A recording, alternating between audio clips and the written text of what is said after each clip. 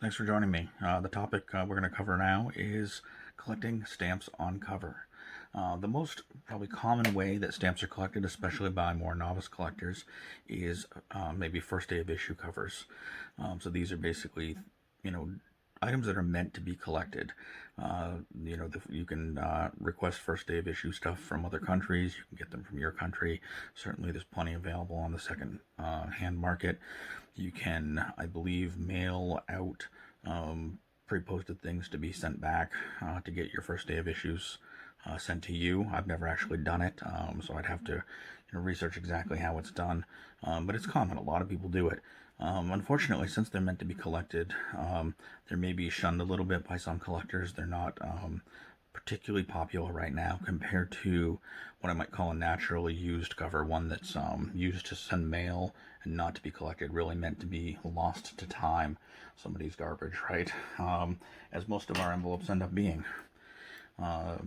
But in any case, so here's some examples of the first day of issues. Of course, in the U.S., they're very, very common. They can be with or without any additional sloganing, right? So in this case, we have a prepared cover for Australia, first day of issue, some race cars with a racing motif. But if I lift this up and I show this one here with the Christmas here, it's a first day issue going to an individual. There's no extra design or motif. Here we have Silver Jubilee of the Queen in 77. It's very nice. And over here we have a postcard, first day of issue from Gibraltar, and stamped by the commanding officer of the HMS Victory, and the postcard is actually of the HMS Victory. So, obviously meant to be collected. One last one of these to be collected I'll throw out here is this one here from the Republic of South Africa. Quite a few different stamps on it. And again, a motif of some architecture.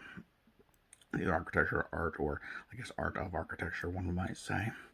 Here are some examples of some standard postally used covers, both in business and what are most likely personal notes. So here, the first two I have are nice examples with slogan cancels. Really makes them a little more collectible. Some people actually just collect slogan cancels. But it's nice we have here all the information. We have airmail here, and actually the slogan cancel in this time is save time by using airmail, essentially. Over here we have some from foreign locales. We have this one from 1912 New Zealand, and this one I believe is 1933 Zanzibar. So that's quite interesting to me. I rarely have very few stamps from Zanzibar, certainly fewer covers. Lastly, on collecting stamps, one can look for interesting combinations of stamps. These, are probably, fairly simple compared to some I know in Germany during the inflation period. Combinations of stamps can really make a cover, explode in value.